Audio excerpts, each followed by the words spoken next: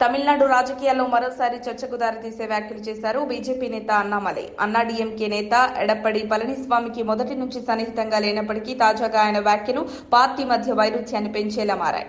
ఎడప్పడి పళనిస్వామి రాష్ట్రంలో సంకీర్ణ ప్రభుత్వానికి అవకాశం ఉందని చెప్పగా, అన్నామలై మాత్రం సంకీర్ణ పాలనకు అవకాశం లేదు, బీజేపీ ప్రభుత్వమే వస్తుంది అంటూ స్పష్టం చేశారు.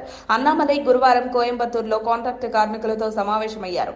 4 రోజులుగా ఆందోళన చేస్తున్న కార్మికుల సమస్యలను తెలుసుకుని వారికి తన మద్దతు తెలిపారు. అనంతరం మీడియాతో మాట్లాడిన ఆయన, కేంద్రంలో బీజేపీ ఇప్పటికే 11 ఏళ్ల పాలన పూర్తి చేసిందని, ప్రధాని మోదీ స్థిరమైన పరిపాలన అందిస్తున్నారని చెప్పారు.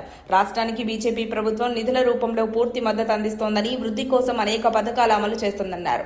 డీఎంకే ప్రభుత్వం 4 సంవత్సరాలు పూర్తయినప్పటికీ ఎన్నికల హామీలను అమలు చేయలేకపోయిందని అన్నామలై విమర్శించారు. కోయంబత్తూరు విమానాశ్రయ విస్తరణ కోసం కేంద్రం సిద్ధంగా ఉన్నప్పటికీ రాష్ట్ర ప్రభుత్వం భూముల సేకరణలో ఆలస్యం చేస్తుందని ఆయన ఆరోపించారు. రాష్ట్ర శాసనసభ ఎన్నికల్లో బీజేపీ మరిన్ని స్థానాల్లో పోటీ చేస్తుందని, దాని విషయంలో ప్రధాని మోదీకి ఎలాంటి లేఖ రాయలేదని స్పష్టం చేశారు.